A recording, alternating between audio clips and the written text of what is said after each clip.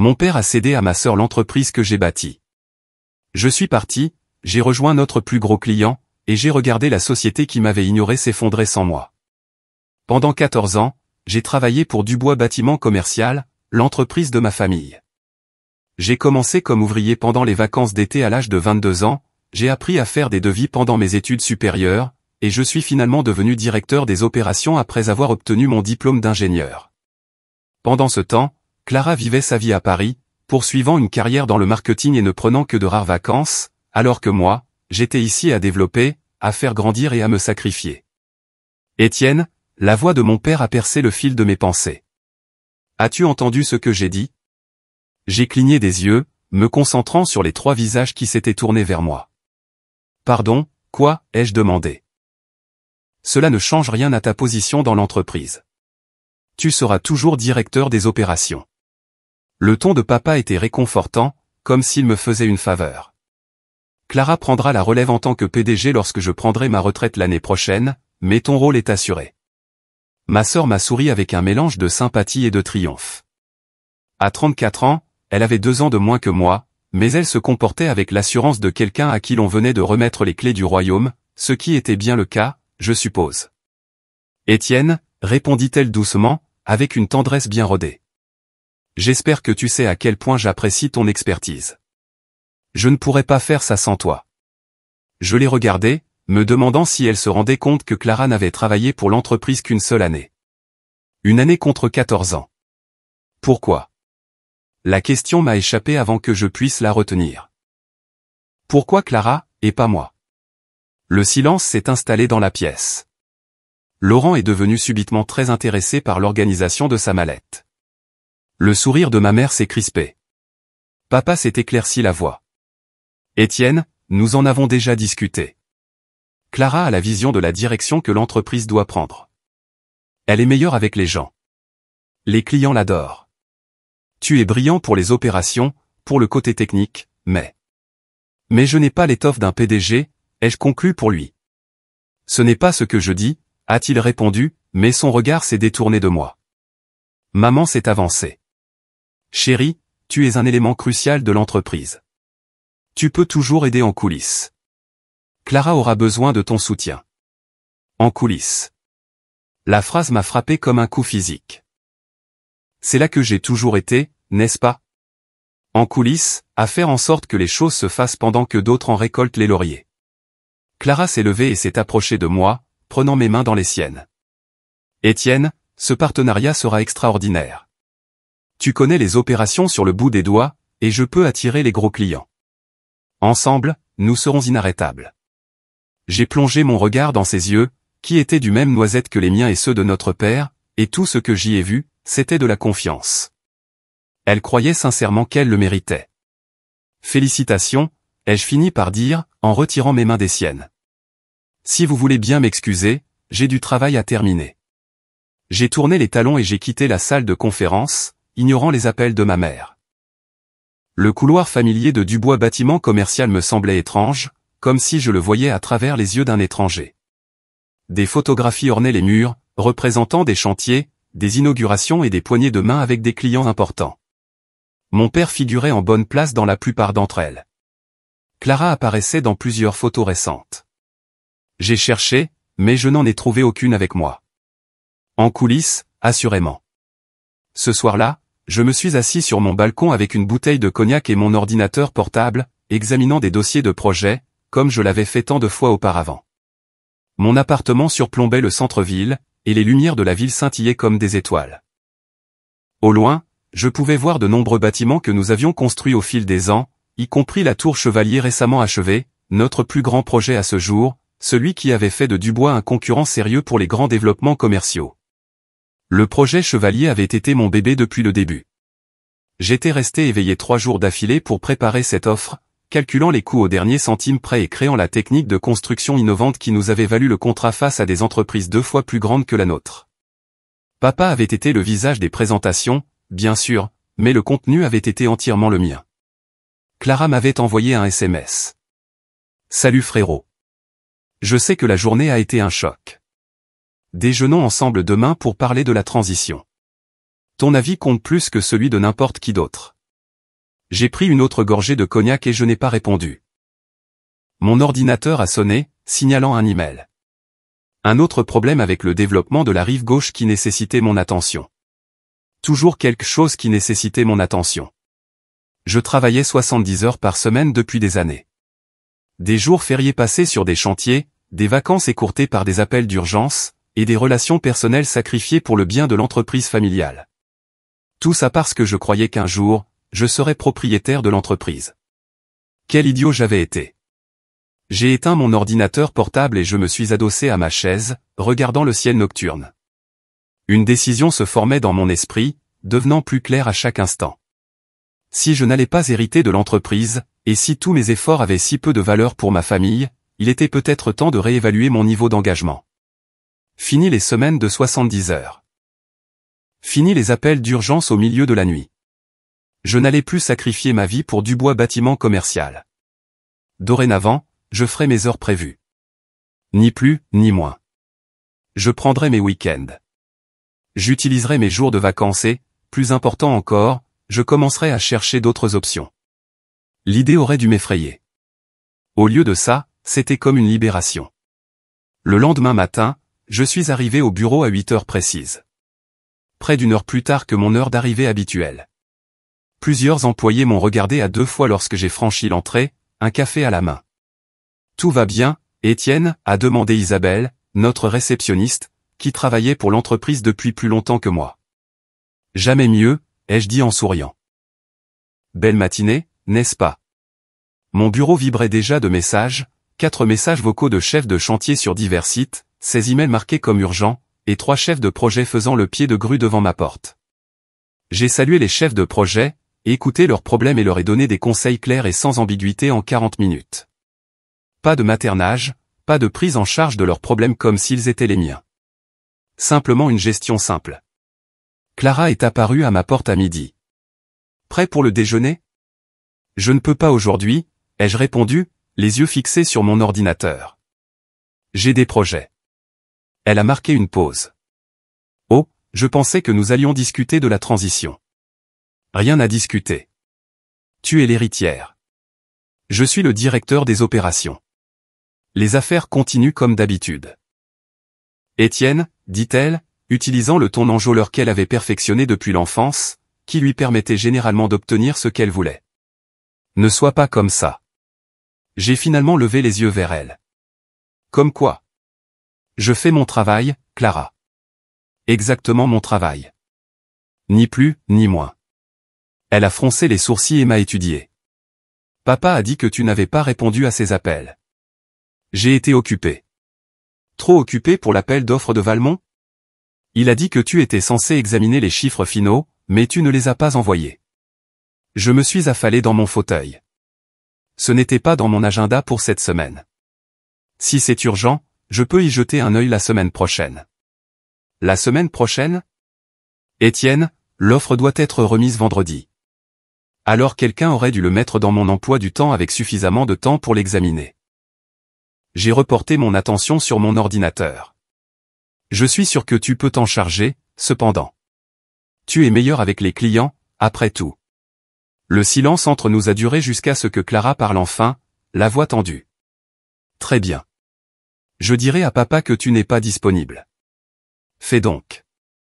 Après son départ, je me suis assis et j'ai pris une longue inspiration. Une partie de moi se sentait coupable.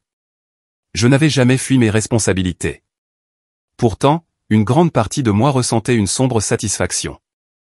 Laissez-les voir ce qui se passe quand j'arrête de me tuer à la tâche pour une entreprise qui ne sera jamais la mienne. À 17 heures précises, j'ai éteint mon ordinateur, rassemblé mes affaires et quitté le bureau. Je n'ai pas vérifié les urgences de dernière minute. Je n'ai pas fait ma tournée habituelle pour m'assurer que tout était prêt pour le lendemain. Je suis simplement parti. La liberté était enivrante. L'offre de Valmont a été envoyée sans mon examen. Nous avons perdu face à un concurrent de justesse, à cause d'une erreur dans l'estimation des matériaux que j'aurais immédiatement remarqué. Mon père m'a convoqué dans son bureau le lundi suivant. « Qu'est-ce qui se passe avec toi, bon sang ?» a-t-il demandé, les joues rouges de colère. « Nous avons perdu Valmont à cause d'une erreur de débutant dans l'offre. » Je me suis assis calmement en face de lui. C'est regrettable. Regrettable? Nous courtisons Valmont depuis 4 ans. C'était notre chance de percer dans le secteur de la santé. Je crois que c'est Clara qui s'occupait de cette offre, ai-je répondu d'un ton égal. Tu sais bien qu'elle n'a pas encore ton œil pour les détails techniques, dit-il avec frustration. Elle avait besoin de ton expertise sur ce coup. Et si quelqu'un avait prévu du temps pour que je l'examine correctement, j'aurais fourni cette expertise pendant les heures de bureau. Les yeux de papa se sont rétrécis. Qu'est-ce que ça veut dire? Ça veut dire que je ne suis plus disponible 24h24 et 7h7. Je travaille de 8h à 17h, du lundi au vendredi. Je prends des pauses déjeuner. Je rentre chez moi à l'heure. Je ne consulte pas mes emails le week-end. Depuis quand? Depuis que tu as clairement indiqué que mes 14 années de sacrifice pour cette entreprise ne signifiaient rien en termes de succession. Son visage a perdu sa couleur. C'est de ça qu'il s'agit? Tu punis l'entreprise parce que tu es contrarié à propos de Clara. Je ne punis personne, ai-je expliqué. J'ajuste simplement mon équilibre entre vie professionnelle et vie privée pour refléter ma position réelle dans l'entreprise. Un directeur des opérations sans participation dans son avenir. Tu as la même participation que d'habitude. Rien n'a changé dans ta rémunération. Tout a changé, papa. Tu ne peux pas t'attendre à ce que je travaille comme un propriétaire alors que tu as clairement indiqué que je n'en serai jamais un. Il a passé une main dans ses cheveux grisonnants, la frustration visible sur chaque ligne de son visage. J'ai besoin de toi, Étienne. L'entreprise a besoin de toi. Et je suis là, pendant les heures de bureau, à faire exactement ce que ma description de poste exige. Ni plus, ni moins. Papa m'a longuement regardé avant de soupirer. J'ai une réunion avec le groupe Chevalier jeudi. Leur directeur financier a spécifiquement demandé que tu sois là. Quelque chose à propos des mesures de réduction des coûts que tu as mises en place sur leur projet de tour. J'ai consulté mon calendrier. Je peux être disponible de 9h30 à 10h30. Si la réunion est à 8h30, alors je serai là pour la seconde moitié. Je me suis levé. Y a-t-il autre chose? Il m'a regardé comme si j'étais un étranger. Peut-être que je l'étais. Non, a-t-il finalement répondu. C'est tout. En retournant à mon bureau, je sentais les yeux des employés sur moi. La nouvelle de l'offre de Valmont s'était répandue. Les gens chuchotaient, se demandant ce qui se passait avec la famille Dubois. Laissez-les se demander, ai-je pensé. Laissez-les tous se demander. La réunion avec le groupe Chevalier s'est avérée désastreuse. Je suis arrivé vers 9h30, comme prévu. Je me suis glissé dans la salle de réunion en m'excusant discrètement pour mon retard. Mon père m'a lancé un regard qui aurait pu geler l'enfer tandis que Clara semblait simplement perplexe. Les dirigeants de Chevalier, Alexandre Pierre et son équipe, étudiaient des prévisions financières pour leur prochain projet. Ah, Étienne, a remarqué Alexandre en me reconnaissant. Justement l'homme qu'il nous faut. Nous discutions de la mise en œuvre de cette approche modulaire que vous avez initiée sur notre projet de tour. Nous aimerions utiliser une méthode similaire pour le nouveau développement, mais avec quelques modifications. Pendant l'heure qui a suivi, j'ai été complètement absorbé, répondant aux questions, partageant des idées et apportant des améliorations à leurs changements prévus. C'était l'aspect de ma carrière que j'appréciais vraiment. Résoudre des problèmes complexes, concevoir de nouvelles techniques et apporter de la valeur. Alexandre m'a pris à part après la fin de la réunion. J'étais inquiet quand vous n'étiez pas là au début, m'a-t-il dit. Franchement, votre père et votre sœur semblaient un peu dépassés sur le plan technique. Clara apprend encore le métier, ai-je expliqué avec tact. C'est ce que j'ai cru comprendre, murmura-t-il avec des yeux perçants. Votre père a mentionné qu'elle prendrait la relève en tant que PDG. Un choix intéressant. Je n'ai rien dit, ce qui a semblé dire à Alexandre tout ce qu'il avait besoin de savoir. Eh bien, dit-il, je veux que vous sachiez que Dubois a obtenu le compte Chevalier grâce à vous, Étienne. Votre expertise, votre créativité, votre souci du détail. J'espère que cela ne changera pas, quels que soient les arrangements internes de l'entreprise. J'apprécie, Alexandre. Il m'a donné sa carte. Si jamais vous décidez de changer d'air, appelez-moi. Nous sommes toujours à la recherche de talents comme le vôtre. J'ai hoché la tête en empochant la carte. Merci. Alors qu'Alexandre et ses collègues partaient, mon père s'est approché, son regard un mélange de soulagement et de ressentiment. Tu as sauvé cette réunion, dit-il à contre-cœur. J'ai fait mon travail, lui ai-je dit. Où étais-tu pendant la première heure? Je t'ai dit que je ne pouvais être là que de 9h30 à 10h30. J'avais d'autres engagements. La mâchoire de papa s'est crispée. Quel engagement pourrait bien être plus important que le groupe Chevalier? Ma vie, ai-je simplement répondu. Maintenant, si tu veux bien m'excuser, j'ai du travail à terminer avant la fin de la journée. En m'éloignant, j'ai entendu Clara demander à notre père, qu'est-ce qui se passe avec lui? Sa réponse furieuse fut, je ne sais pas, mais il doit se ressaisir avant de tout nous faire perdre. J'ai souri pour moi-même. Il ne comprenait toujours pas. Il supposait que je faisais un caprice et que je finirais par m'en lasser. Il n'avait aucune idée que j'étais déjà en train de mettre à jour mon CV et de contacter des relations dans le secteur. Il n'avait aucune idée que la carte d'Alexandre Pierre n'était pas la première offre de ce genre que j'avais reçue au fil des ans. C'était simplement la première que j'envisageais sérieusement. Laisser Clara s'en occuper, ai-je pensé. C'est l'héritière, après tout. Une semaine plus tard, le chaos s'est déchaîné. J'examinais les rapports des chefs de chantier quand mon père a fait irruption dans mon bureau, le visage blême. Chevalier vient d'appeler, a-t-il déclaré sans préambule. Ils reconsidèrent leur futur projet avec nous. J'ai levé les yeux lentement. Pourquoi ferait-il ça? Apparemment, il y a eu un malentendu sur le calendrier de leur nouveau développement. Clara a parlé à Alexandre hier et a accepté une date d'achèvement 5 mois plus tôt que ce dont nous avions discuté. Ce n'est pas possible avec leurs exigences de conception, ai-je répondu sèchement. Pas à moins qu'ils ne veuillent augmenter le budget de 45%. Je le sais, a claqué papa. Tout le monde dans ce métier le sait. Mais Clara pensait pouvoir marquer des points en promettant un calendrier agressif. Et maintenant, Alexandre dit que soit nous honorons le calendrier promis par Clara, soit ils reconsidéreront leur relation avec nous. 18 millions d'euros de contrats futurs en jeu, Étienne. Je me suis adossé à ma chaise, digérant l'information. Que veux-tu que je fasse à ce sujet? Papa m'a regardé avec surprise. Ce que je veux que tu fasses? Je veux que tu arranges ça. Appelle Alexandre. Explique la situation. Trouve un compromis. Il te respecte. Ça ressemble à un problème de PDG, ai-je répondu. Ou un problème d'héritière. Pas un problème de directeur des opérations. Étienne, pour l'amour de Dieu, ce n'est pas le moment pour ton attitude. L'entreprise est en jeu. L'entreprise qui ne sera jamais la mienne, lui ai-je dit.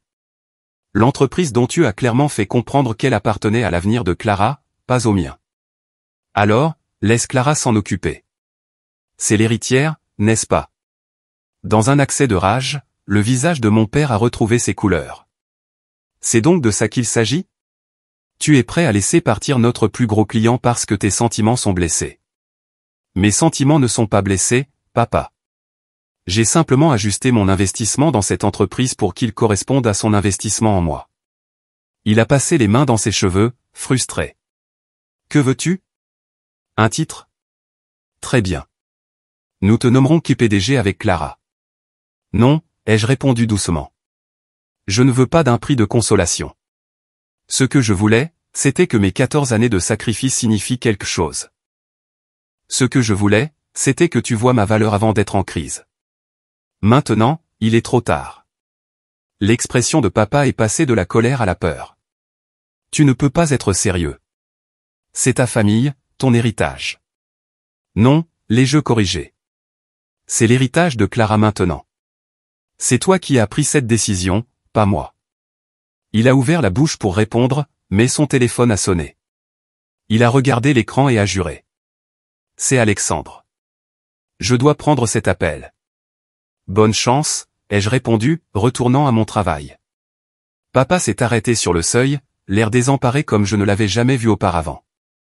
Puis il a répondu au téléphone et a disparu.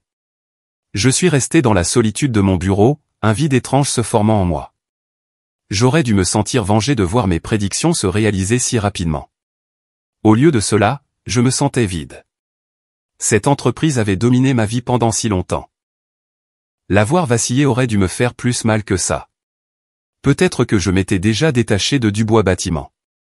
Peut-être que c'était une bonne chose. La crise Chevalier n'était que le début. Au cours du mois suivant, 3 autres contrats importants ont échoué en raison d'erreurs de gestion de la clientèle. Clara, malgré ses talents apparents pour les relations humaines, se noyait. Elle ne comprenait pas les limites techniques qui influençaient nos prix et nos délais. Elle faisait des promesses que nos équipes ne pouvaient pas tenir. Elle privilégiait l'acquisition de nouveaux clients à la fidélisation des anciens. Pendant ce temps, je livrais exactement ce que j'avais promis, ni plus, ni moins que ce que ma position exigeait. Je gérais efficacement les activités pendant les heures de bureau. Je n'assistais pas au dîner de clients le soir. Je ne travaillais pas le week-end pour sauver des projets en difficulté. Je ne fournissais pas de solutions aux problèmes qui n'étaient pas directement de mon ressort. Je regardais la catastrophe se dérouler avec une curiosité détachée, comme si je regardais un accident de voiture au ralenti depuis une distance de sécurité. Ma mère s'est présentée à mon appartement un dimanche après-midi, ce qu'elle n'avait jamais fait auparavant. Quand j'ai ouvert la porte, les rides d'inquiétude autour de ses yeux étaient les plus profondes que j'ai jamais vues. « Puis-je entrer » a-t-elle demandé. Je me suis écarté et lui ai fait signe d'entrer. Mon appartement était sobrement meublé. Je n'y avais pas passé beaucoup de temps auparavant car je travaillais constamment. Maintenant que j'avais retrouvé mes soirées et mes week-ends, je commençais à en faire un véritable foyer. Un mur était garni de nouvelles bibliothèques, remplies de littérature technique et de romans que je voulais lire depuis des années. Une maquette à moitié terminée de la tour Chevalier se trouvait sur ma table de salle à manger. Maman l'a repérée tout de suite. « Tu construis une maquette de la tour ?» Juste un passe-temps, ai-je répondu en haussant les épaules. Quelque chose à faire de mon temps libre. Elle a passé ses doigts sur le bord de la table, évitant mon regard. Ton père est mort d'inquiétude. L'entreprise est en difficulté, Étienne. Je suis au courant. Clara fait de son mieux, mais... Elle n'est pas qualifiée pour diriger une entreprise de construction, ai-je dit à sa place. Elle ne l'a jamais été. Les yeux de maman se sont enflammés. Ce n'est pas juste. Elle a d'autres atouts. Être votre préféré n'est pas une qualification professionnelle, maman. Elle a reculé comme si je l'avais giflé. C'est ce que tu penses? Que nous avons favorisé Clara? Ne l'avez-vous pas fait? Vous lui avez donné l'entreprise alors qu'elle n'avait aucune expérience pertinente ni aucun engagement démontré. Comment appelleriez-vous ça? Maman s'est affalée sur mon canapé, ayant soudain l'air d'avoir 64 ans. Nous pensions. Ton père pensait qu'elle pourrait apporter de nouvelles perspectives, de nouvelles idées. Et tu étais si bon du côté opérationnel. Si bon que vous m'avez pris pour acquis, ai-je fait remarquer doucement. Si fiable. Vous avez supposé que je serais toujours là, à me tuer à la tâche pour une entreprise qui ne serait jamais la mienne. L'entreprise a toujours été la tienne aussi, Étienne. J'ai ri sans humour. Non, ça n'a pas été le cas. Et maintenant, tu es ici parce que tu réalises enfin ce que cela signifie. Les yeux de maman se sont remplis de larmes. Ton père veut te parler. Vraiment parler. De l'avenir, de ton rôle. Accepterais-tu de le rencontrer? J'ai envisagé de refuser, mais j'ai réalisé que je n'en avais pas le cœur. Malgré tout, c'étaient toujours mes parents. Quand? Demain soir. Dîner à la maison. Elle s'est levée, s'est dirigée vers la porte, puis a hésité. Il ne dort plus, Étienne. Rien de tout cela n'est facile pour lui. Ce n'est pas facile pour moi non plus, ai-je expliqué. La différence, c'est que j'ai eu 14 ans pour m'habituer à la déception. Après son départ, je suis retourné à ma maquette de la tour Chevalier et j'ai méticuleusement collé de minuscules pièces ensemble, en m'assurant que chaque composant était correctement placé et chaque connexion sécurisée. Si seulement la vie réelle pouvait être construite avec une telle précision. Je suis arrivé chez mes parents à 18h30 précise le lendemain soir. La maison traditionnelle de style bourgeois était la même que toujours, scrupuleusement entretenue et d'une élégance imposante. J'ai grandi dans cette maison et y avais passé de nombreuses fêtes et dîners de famille. J'avais l'impression de visiter un musée de ma vie passée. Ma mère a ouvert la porte, le soulagement se lisant sur son visage. Tu es venu. J'ai dit que je viendrais. Elle m'a conduit dans la salle à manger où mon père et Clara étaient déjà assis. Clara a levé les yeux avec un sourire étrange et des cernes sous les yeux. Papa s'est levé quand je suis entré, son expression illisible. Étienne, dit-il en tendant la main. Merci d'être venu. Je lui ai serré brièvement la main avant de m'asseoir en face de Clara. La table était dressée avec la plus belle porcelaine et le cristal de maman, réservé aux grandes occasions. Une offrande de paix, peut-être.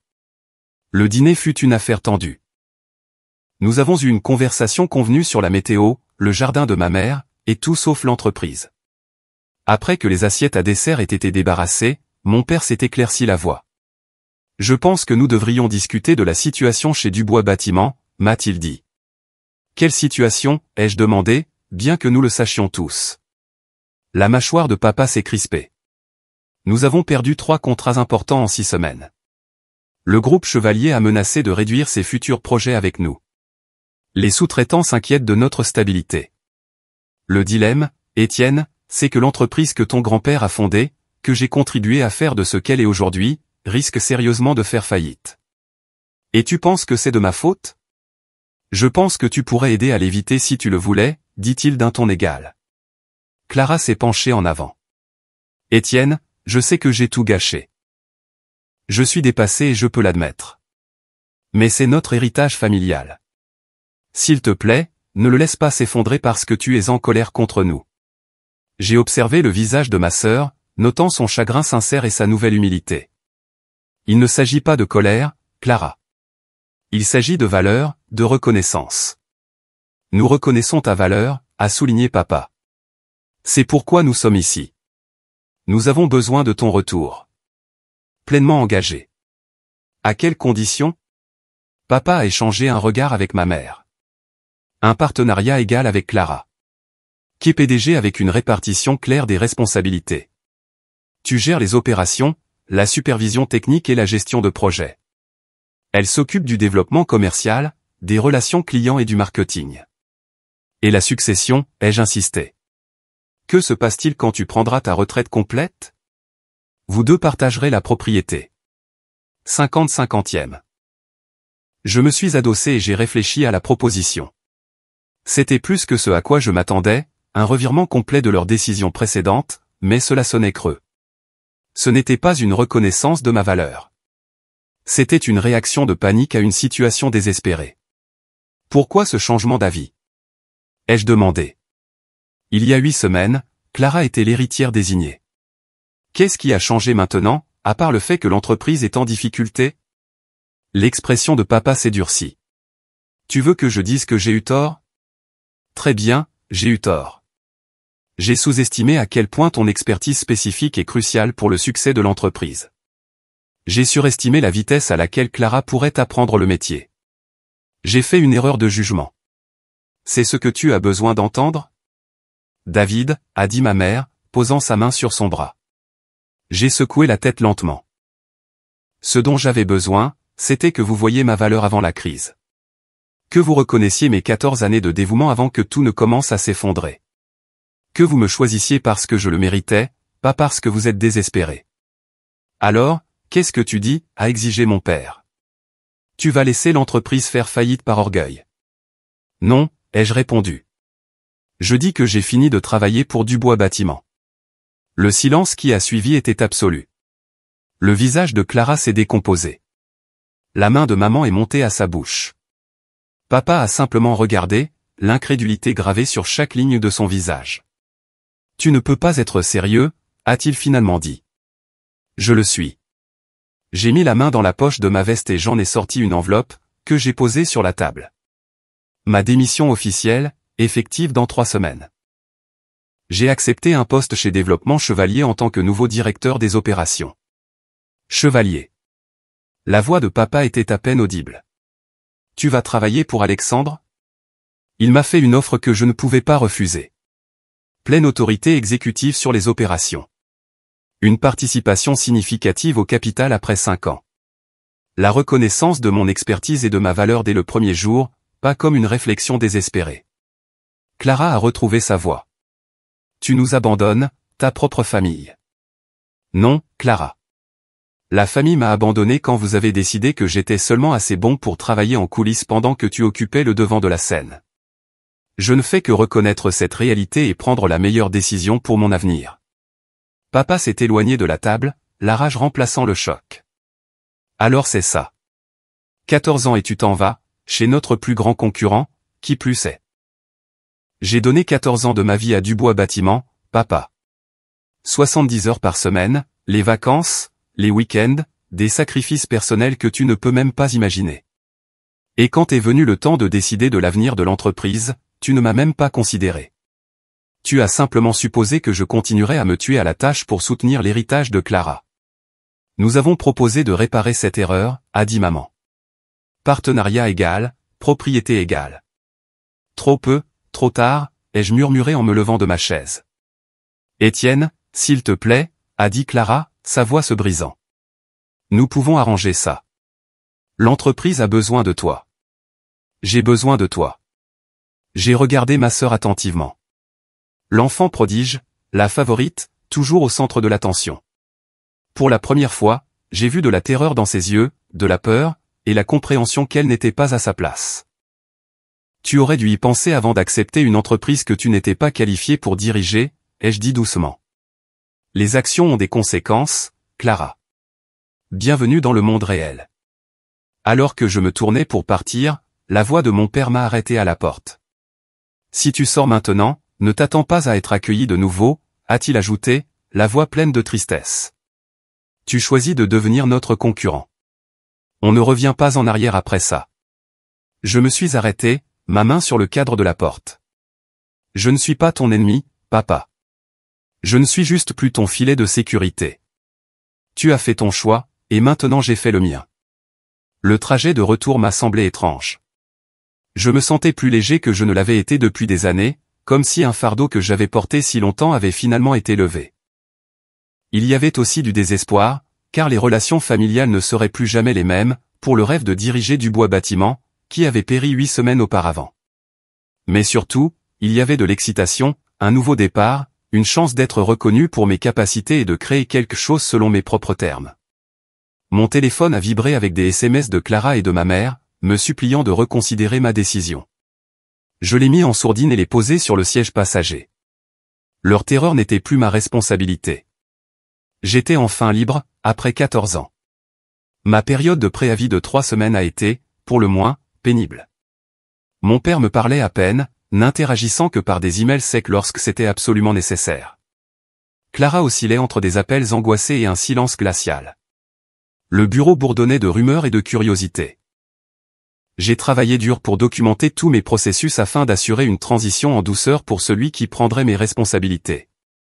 Malgré tout, je ne voulais pas que les employés de Dubois Bâtiment souffrent des fautes de ma famille. Beaucoup d'entre eux travaillaient pour l'entreprise depuis des années, et ils méritaient mieux que de devenir les victimes d'une lutte de pouvoir familial. Isabelle a organisé une modeste fête d'adieu pour moi le dernier jour. La plupart du personnel y a assisté, mais ma famille était notablement absente. Des collègues de longue date ont échangé des poignées de main, des vœux de réussite et même quelques larmes. Je me suis engagé à rester en contact, sachant que certaines amitiés survivraient au changement alors que d'autres non. Alors que j'emballais mes dernières affaires personnelles dans une boîte, mon père est apparu à l'embrasure de la porte de mon bureau. « Je pensais que tu serais déjà parti », a-t-il fait remarquer, d'un ton délibérément neutre. Je finis juste. J'ai fermé la boîte et lui ai fait face. « Avais-tu besoin de quelque chose ?» Il est entré prudemment dans la pièce, regardant les murs maintenant nus qui avaient autrefois affiché mes diplômes d'ingénieur et des photos de projet. Le groupe Chevalier nous a officiellement notifié qu'il ne poursuivrait pas d'autres projets avec nous. Je suis désolé de l'apprendre. Vraiment ? Son regard a rencontré le mien, interrogateur. J'ai hoché la tête. Alexandre a clairement indiqué qu'il me suivait dans mon nouveau poste. Il a hoché la tête lentement, comme s'il s'attendait à cette réponse mais espérait autre chose. Tu as toujours été un homme de parole. C'est quelque chose que j'ai toujours admiré chez toi. Il a tendu la main. Après une hésitation, je l'ai serré. Bonne chance, Étienne. Je le pense. Merci. Je souhaite la même chose à Dubois Bâtiment. Alors qu'il se tournait pour partir, il s'est arrêté sur le seuil. La porte n'est pas fermée pour toujours. Tu sais. Si les choses ne marchent pas chez Chevalier. Si jamais tu veux revenir à la maison. Ce n'est plus ma maison, papa. Tu t'en es assuré. Il a tressailli légèrement et a hoché la tête en réponse. Au revoir, mon fils. Au revoir, papa. Après son départ, je suis resté longtemps dans le bureau vide, les souvenirs m'envahissant. Mon premier jour en tant que directeur des opérations, les nuits tardives à examiner les offres, et la jubilation lorsque nous avons remporté le contrat de la Tour Chevalier. J'avais passé une si grande partie de ma vie entre ces murs, mais ce chapitre touchait à sa fin. Il était temps d'en écrire un autre. J'ai pris ma boîte et je suis sorti, saluant Isabelle de la tête en passant devant la réception. Dehors, le soleil de l'après-midi brillait, et l'avenir s'étendait devant moi comme une route ouverte. Mon téléphone a vibré dans ma poche. Alexandre Pierre, appelant probablement pour confirmer ma date de début lundi. En chargeant ma boîte dans la voiture, j'ai remarqué l'enseigne de Dubois Bâtiment au-dessus de la porte. Le nom de famille qui m'avait défini si longtemps. Mon héritage, mon fardeau, mon héritage manqué. Plus maintenant. Je suis monté dans ma voiture et je suis parti sans regarder en arrière. Je ne jouais plus un second rôle dans ma propre histoire. Plus pris pour acquis, mais apprécié pour qui je suis et ce que je peux accomplir. Ce n'était pas la fin que j'avais imaginée pour moi. C'était mieux, un début de ma propre création. Laisser Clara s'occuper de Dubois Bâtiment. Elle était l'héritière, après tout. Mais moi. J'étais enfin libre. 8 mois plus tard, je me tenais dans le bureau d'Alexandre Pierre, surplombant la ligne d'horizon de la métropole. La tour Chevalier scintillait sous le soleil de l'après-midi, un hommage à ce que je pouvais accomplir lorsque mes compétences étaient reconnues. Le conseil d'administration a approuvé le plan d'expansion, a expliqué Alexandre en faisant glisser un document sur son bureau. Ils ont été particulièrement impressionnés par vos projections d'efficacité. Nous avons le feu vert pour les bureaux de la côte ouest. J'ai parcouru les documents, un sentiment d'accomplissement remplissant mon cœur. En 6 mois, j'avais révolutionné les opérations de Chevalier, rationalisant les processus et mettant en œuvre des innovations qui avaient augmenté la rentabilité de près de 25%. C'est une excellente nouvelle, ai-je dit. Quand commençons-nous les travaux? Le mois prochain, et ils veulent que tu supervises personnellement la mise en place initiale. Alexandre s'est adossé à sa chaise et m'a étudié. Tu as dépassé toutes les attentes, Étienne. Je savais que tu étais bon, mais ça, il a montré les rapports de performance sur son bureau. C'est exceptionnel. Merci de m'avoir donné l'occasion de le prouver. Pas besoin de remerciements. En affaires, reconnaître le talent est juste du bon sens. Il a hésité, son expression devenant intriguée. As-tu eu des nouvelles de ta famille récemment? La question m'a pris au dépourvu. J'avais réussi à éviter de penser à Dubois Bâtiment, à mes parents ou à Clara pendant des semaines. Pas directement. Non. J'ai entendu dire qu'ils avaient des difficultés. Ils ont perdu le projet Westmore au profit de Klein et Associés la semaine dernière. J'ai hoché la tête, ressentant une combinaison complexe d'émotions. De la satisfaction, certainement, mais aussi une petite pointe de tristesse. Pas pour ma décision de partir, jamais, mais pour les relations familiales brisées qui en ont résulté. Ils ont fait leur lit, ai-je finalement dit. Alexandre a hoché la tête avec précaution. En effet. Pourtant, la famille, c'est compliqué. Les remarques d'Alexandre m'ont accompagné alors que je rentrais chez moi ce soir-là. La famille était compliquée. Malgré tout, il y avait des moments où les dîners du dimanche chez mes parents me manquaient. La conversation facile avec Clara avant que les affaires n'interviennent, le sentiment d'appartenir à quelque chose de plus grand que ma propre existence. Mon téléphone a sonné via les haut-parleurs de la voiture, un numéro que je ne connaissais pas. Allô? Étienne? C'est Isabelle. Isabelle de chez Dubois, votre ancienne réceptionniste. Isabelle, content de vous entendre. Comment allez-vous? Je vais bien, mais elle a fait une pause. Je pensais que vous devriez savoir. Votre père a eu une crise cardiaque la nuit dernière. Le monde a semblé basculer sur son axe. Est-ce qu'il? Il est stable, à l'hôpital. Ils disent que c'est lié au stress. Sa voix s'est adoucie. L'entreprise est en difficulté, Étienne. De vraies difficultés. Votre sœur est dépassée et votre père s'est tué à la tâche pour essayer de maintenir les choses à flot. Pourquoi me dites-vous ça, Isabelle? Parce que malgré tout, c'est votre famille. Et parce qu'il y a 45 familles qui dépendent de Dubois Bâtiment pour leur gagne-pain. Des gens bien qui n'ont rien à voir avec la façon dont vous avez été traités. Après avoir raccroché, je suis resté dans ma voiture à regarder le coucher de soleil peindre le ciel d'orange et de rose. 8 mois auparavant, j'avais quitté Dubois Bâtiment sans regarder en arrière, résolu à m'établir ailleurs. J'avais dépassé mes plus grandes aspirations. Je n'avais plus rien à prouver. Ni à mes parents, ni à Clara, ni même à moi-même. C'est peut-être pourquoi, pour la première fois depuis mon départ, je me suis permis de considérer sérieusement ce qui se passait dans l'entreprise de ma famille. Non pas avec satisfaction pour leurs difficultés, mais avec une évaluation objective de la situation. Dubois Bâtiment était en train de sombrer. Mon père était à l'hôpital. Des dizaines de familles faisaient face à un avenir incertain.